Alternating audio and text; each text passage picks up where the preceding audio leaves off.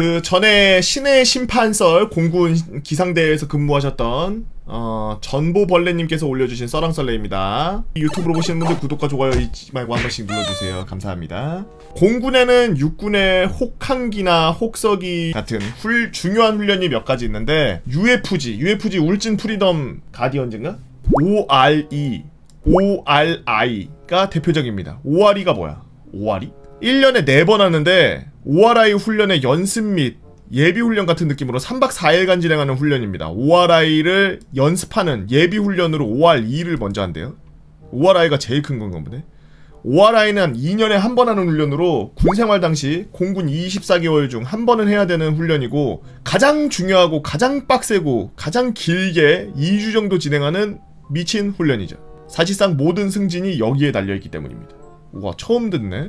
때는 바야흐로 제가 병장을 달고 중반쯤 돼서 육군이면 전역했을 텐데 라고 입에 달고 살 때였습니다. 세상의 모든 것이 귀찮아지고 하찮아지고 온몸의 근육이 바닥에 기어다니는 걸 원하는 나날이 계속되는 가운데 문제는 비행단 단장 원스타가 새로 부임하면서 발생합니다. 새로 부임한 단장은 승진 심사가 얼마 안 남았다고 들었는데 그래서 그런지 4월에 ORI가 있으니 2월부터 4월 전에 ORI를 2번 땡겨서 한다라고 했고 모두 싫어하지만 지 혼자 좋은 훈련 계획이라고 발표하고 저를 비롯한 모든 병사들은 갑작스럽게 닥친 ORI 때문에 3박 4일간 군장을 차고 먹고 자고 근무하고 끝나자마자 ORI에서 또 3박 4일 군장 차고 먹고 자고 또 하고 짜고 먹고 자고 또 하고 전 필수 근무자라 훈련은 열애받았는데 군장은 계속 들고 다녔고 대신 하루에 12시간씩 근무 뛰었죠. 비행단 곳곳에 달린 사탄의 주둥아리 스피커에 시도 때도 없이 MOPP 3단계 등을 발동시키며 숨쉬기도 힘들게 했고 활주로 반대편 근무장까지 자전거도 못타고 뺑 돌아서 걸어다녔고 ORI 장구류 점검 때문에 인근 산에서 나무를 해다가 온갖 판자 부목 등을 만들어서 달았으며 몇 개월 전 병사 하나가 차사고로 다리가 갈려나갈 때도 없던 퍼스트 에이드 킷까지 부대마다 대량으로 쌓아놔야 했습니다. ORI 훈련 때는 매일 밤 기지 방호라는 중요한 야간 훈련이 있는데 단순히 비행단을 대항군으로부터 지키는 경계 근무죠. 인근 부대의 육군 특전사 부대가 대항군으로 나타난대요. 사실 이전까지만 해도 ORI에서는 건물 몇 개 주고 대항군 몇 명 잡혀주고 좋게 하자 라는 시기였는데 저희 기상대는 사실 계룡대 기상본부에서 파견부대 형식으로 되어 있는 곳이라 사실상 부대에서 하는 ORI가 잘 되든 안 되든 별로 영향이 거의 없는 부대입니다. 비행단 내부에 있기는 하니까 하라니까 한다 뭐 이런 느낌이었죠. 그래서 저희는 기지방호 배치도가 있어도 그만 없어도 그만인 곳에 배정되었죠. ORI 둘째 날 야간 기지방호 훈련이 끝나고 모두 생활관으로 돌아가고 있는데 비행단 본부, 정문, 유리문에 A4 용지들이 막 붙어있는 걸 발견합니다. 내부 가리려고 붙였나? 라고 했는데 다음날 기상대장님이 오전 회의가 끝나고 킥킥대며 들어오길래 무슨 일이십니까? 라고 했더니 오늘 야간 훈련할 때 필수 근무 들어가는 간부들은 치킨이든 뭐든 사서 병사들이랑 구경하면서 해라 라고 하셨고 저희는 영문도 모른 채 치킨을 뜯게 되었죠.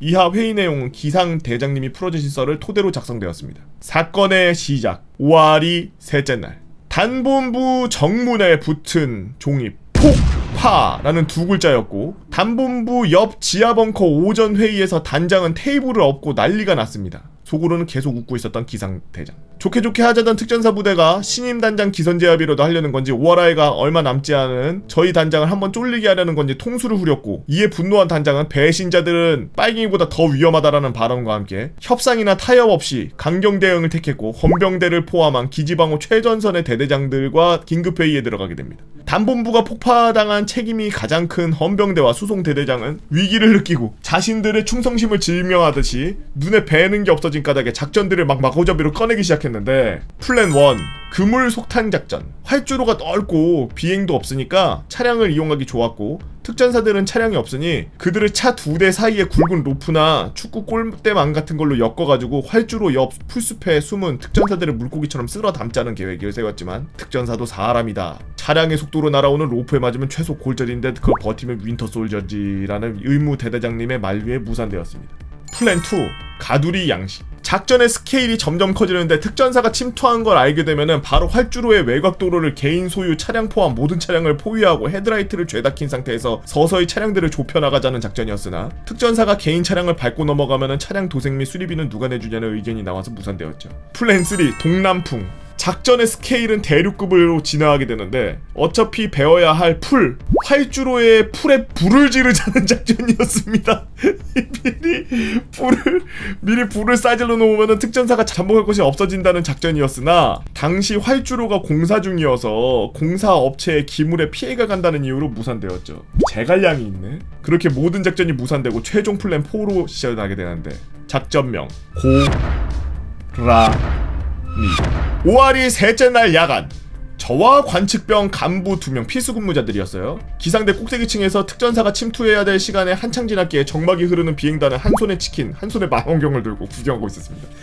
근무가 기상대다 보니까 저 관제소 같은데 그런데 올라가서 거기서 이제 근무하는데 그 앞에서 이렇게 망원경 들고서 치킨 먹으면서 이렇게 밖에 이렇게 구경하고 있었던 거고요.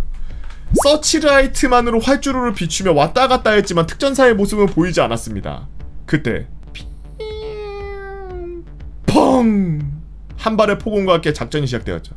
운항관제대에서 셋조 칠 때 쓰는 폭음탄으로 시작으로 사방에 주차되어 있던 팔로우카, 수송 대대 차량들 헤드라이트를 켜고 활주로만이 아니라 풀숲을 가로지르며 언덕을 점프하면서 차들이 클락션을 울리면서 빵빵 뚝뚝뚝뚝뚝뚝뚝뚝뚝 빵빵 뚝뚝뚝뚝뚝뚝뚝.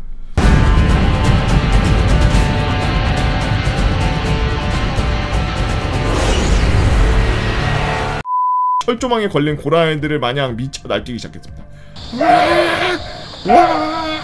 뒤를 이어 1000명의 병사들이 자기의 방어 위치를 버리고 튀어나와 으아 하면서 소리를 지르고 한 손에 꽹가리 같은 소리나는 무언가를 들고서 활주로를 내달리는 인간 고라니들이 되기 시작했죠. 히히 개판이네. 그렇습니다. 작전명 고라니는 기지방어를 완전 포기하고 모든 병력과 물자가 고라니가 되어 전장을 쑥대밭으로 만들어서 단순히 특전사를 붙잡아 조지기만 하기 위한 작전이었죠. 순식간에 활주로가 아수라장이 되고 숨어있던 특전사들이 당황한 기색을 보이면서 움직이기 시작했고 하나둘 망원경으로 찾을 수 있었습니다. 당연히 현장에서도 지켜보던 단장들도 그들을 발견했고 전용 차량에 올라타 창문으로 몸을 내밀면서 야! 저쪽에 있잖아 저쪽에! 앞에 막고 왼쪽에서 침입하란 말이야! 이러면서 막 뛰고 있던 거야.